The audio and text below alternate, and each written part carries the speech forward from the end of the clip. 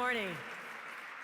I feel like Stephen kind of threw down a challenge, like what the mayor and I have to do to get on Abney TikTok. We'll try to come up with something really clever throughout the process here today, but this is great. I'm so proud to be here today as your governor, but also as someone who lives and breathes New York and lives and breathes New York City. I have spent so much time in New York City.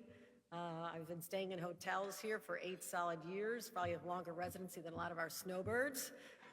And I really feel the pulse of this city, and it's a beating heart. And I want to make sure that that heart never goes on life support, that we keep it beating strong, and that's what today's event is all about. So I want to thank Stephen for everything he does as chair of Abney. Melva Miller, I've known her a long time throughout her other incarnations in government and in civic work, business work. I want to thank her for her leadership in this well, and of course, my partner, Eric Adams, who I'll be introducing in a few moments. And Richard Bury, thank you for stepping up, and Dan Doctoroff, I know you dedicate an enormous amount of time to this process. I also have a few of my members of my dream team here as well. We have the head of the MTA. Let's give him a round of applause. Jana Lieber. Hope Knight is here, the head of Empire State Development. Members of my administration, Karen Persicilli-Keough, who everyone knows is the secretary to the governor, and many other talented individuals. So, you know, Abney's always been here for New York since its inception. It was conceived at a very difficult time. It was born out of the financial crisis of the 70s. And a lot of people had given up on New York City at that time. It was real. We had fallen so far. People were leaving, crime was rising, and people thought the future was hopeless. But Abney was founded by true believers, business leaders, civic leaders, labor leaders who never, ever gave up on the promise of New York. And today, my friends, it is that same sense of optimism that we harness and put to work to lead our comeback. Come a long way since the inception of Abney, and we are not going back. Last year, when I spoke here, we were just coming through the throes of the pandemic. We thought we were starting to see the other side. It was November 18th. Well, little did we know that 10 days later, Omicron, another variant, would take us down, or at least try to. A lot of unknown back then. But as I said to you then, and I still believe this is not a moment to despair. It's a moment of great opportunity. And that pandemic is still with us. It really showed us the cracks that perhaps had been there. We know they were there all along, but they really widened and gave us a clear view of the challenges that were systemic: poverty, racism, different income levels. The wage gap is the largest here than anywhere in the nation. And they're just too hard to not look at and embrace. Perhaps we ignored them in the past, but no longer. It also gives us a chance to redefine ourselves and to finally fill those cracks and build a fairer, better, more equitable New York. So the pandemic caused us to rethink everything: how we work, where we work, how we get around, how we spend our time, our lives, and where our priorities are. We're truly not living in the same New York that we were back in March of 2020. But where are we? Where are we? Well, let's be real honest. After some positive trends for a while, we seem to have plateaued. You think about daily office occupancy, vacancy rates, subway ridership, foot traffic in Midtown, although I walk it every day. It seems crowded to me, but it's still not what it had been. They're still below pre-pandemic levels. But plateauing is not a natural state for New Yorkers. Being static is not natural for New Yorkers. We're always on the move. We like the energy, constant motion. So we have to break away. And here's our challenge. We have to identify and embrace policies that'll get us off this plateau and lead us back to climbing the mountain, the summit, where we all will meet together. But how do we adapt to these new realities? That's the question. How do we adapt? As well as addressing the long-standing problems that society has ignored for too long. Let's talk about one of these. The housing crisis.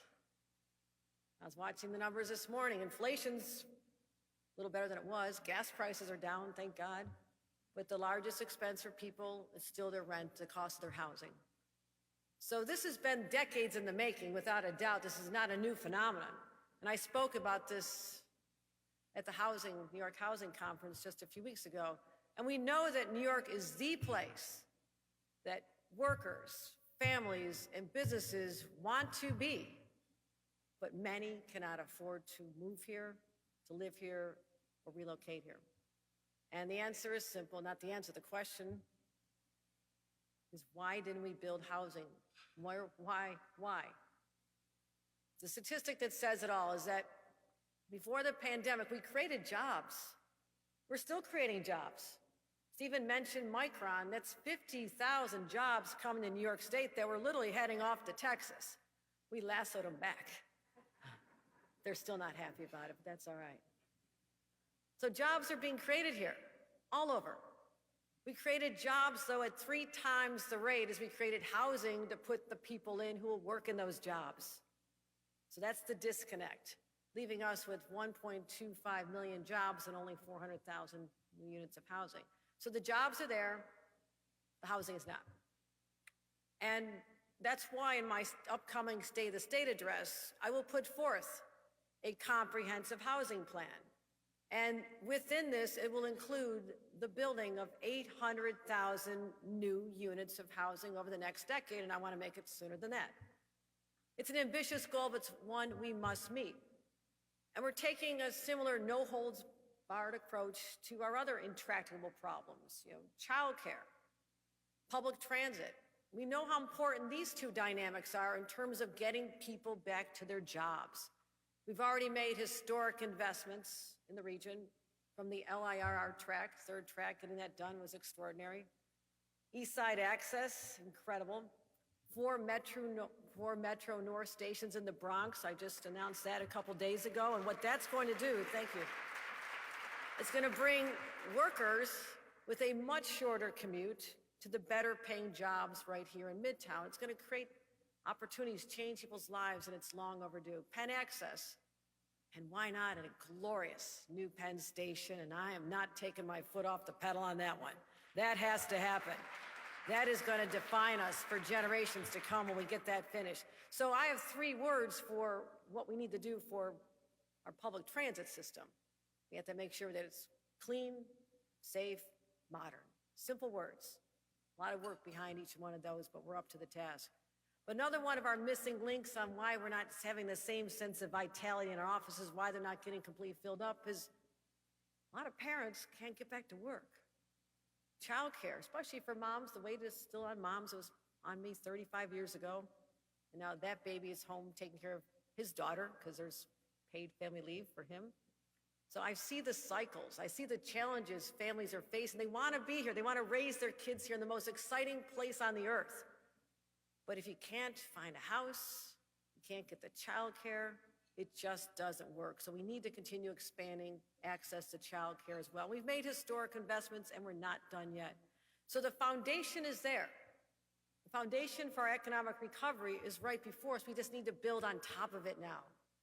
And you'll hear more about our plans next month, but we can't continue to approach 21st century problems with 20th century solutions. We need to do what we've done in the past. We go big, we go bolder, and we go New York. We need to adapt, and we have an uncanny ability here in New York to avert crises and disasters and turn them into opportunities. Just go down to Lower Manhattan. 20 years ago, terrorists tried to destroy a way of life, and we came back stronger, built back extraordinary buildings, places that are so energetic. People want to be there. We can do that here in our business districts throughout this city. We have to. We have to. And that's why Mayor Adams and I convened the new New York panel, bringing together over 50 of our region's smartest people, the best and the brightest business, community, labor leaders, bringing them all together with that common goal, just like the origins of Abney decades ago. Bring them together. What are you thinking? How are we going to do this? How are we going to overcome the challenges? And I want to thank Rich Bury and Dan Doctoroff once again. I mean, this was no small task. And as I said back there, we were gathering, I said, you know me, I'm going to say, we're going to get together 1 year from now and say, what did we get done? I'm all about holding people and institutions accountable. So we will measure, after what you hear we're planning on doing here today, our success. People count on that. They expect that from us. But we had to find innovative solutions to our biggest problems. Over the past 5 months, they worked around the clock, worked so hard. One goal, a coordinated, joint policy agenda and action plans, and here's the radical part, between the city and the state. See that? See how crazy that is? Working together, because guess what? I represent the same people, the same places, and the same businesses that the mayor does. Okay? So we have a reason to work like this, to lift this city up. And we will make our business districts stronger and more vibrant and more inclusive. We can, because we have to ensure that people know that these are business districts, but they're not limited to that. They don't have to just be for business any longer. Why can't we have people living there as well? That's the radical idea behind what we're talking about here today. We got to also make it easier for people to get to work, improving the commutes to Manhattan. We're going to keep focusing on that, strengthening our employment hubs and workplaces so people can be close at home. We're going to be continuing to create those jobs. You don't know this, but I spend every week on the phone calling business leaders from out of state. I call Texas. I say, you really want to have a business in Texas? I just say things like that. You know, look at your football team. I mean, it's just, you know, whatever I have to do, I will take my shots. I will say, really, women don't have rights to an abortion in your state? So you need to know from me, I am tenacious when it comes to persuading people that there's no better place to be than in New York. And if you have anybody you want me to call, I'll be happy to call them. But I know at the foundation of all this, and we'll get to all the specifics, the foundation of all this must be public safety. That's top of mind for everyone, including myself. It's something the mayor and I are consumed about. We talk about this, we focus on this, we strategize on this. We're laser focused on keeping New Yorkers safe. They deserve it. We're working together on subway safety, keeping guns and criminals off our streets.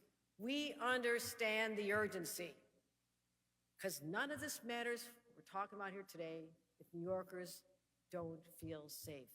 So our number one priority will always be to protect New Yorkers. But I am looking forward to continuing this dialogue. You're going to hear some great ideas from this panel here today. It's the right approach. It's going to take all levels of government to implement them. And I won't sugarcoat this. I tell it like it is. I'm pretty straight talking. It's not going to be easy. There have been institutional barriers for a long time to keep the status quo where it is. But the pandemic didn't allow us to keep the status quo. Things have changed. And I need to go back up to Albany, work with our leaders, push and prod, because good ideas don't always make it over the finish line in Albany. But I know just over the horizon is the next session, new opportunity. More details will be unveiled in my state of the state on how I will take parts of what you're talking about here today, the part that say state laws need to change, and I'll work hard to get it done. But the person who's also going to continue to be this partner with me is our mayor. And that is what is going to make a profound difference. It was just literally a year ago. Just a little over a year ago. Seemed like he's been around a lot longer.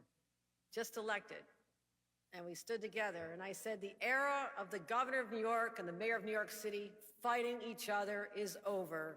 Instead, we're going to fight for the people we represent. And we've deepened our relationships since that time. We've worked so closely on many joint initiatives, sharing ideas. And I feel like a little bit of an expert on relationships, having been married to the same guy for 38 years. It comes down to communication. The mayor and I talk all the time. Our teams talk all the time. We share ideas. And that is what's making the difference. And you'll feel that difference. And we don't need to get in the news for having this kind of fight. we're going to get the news for making this happen.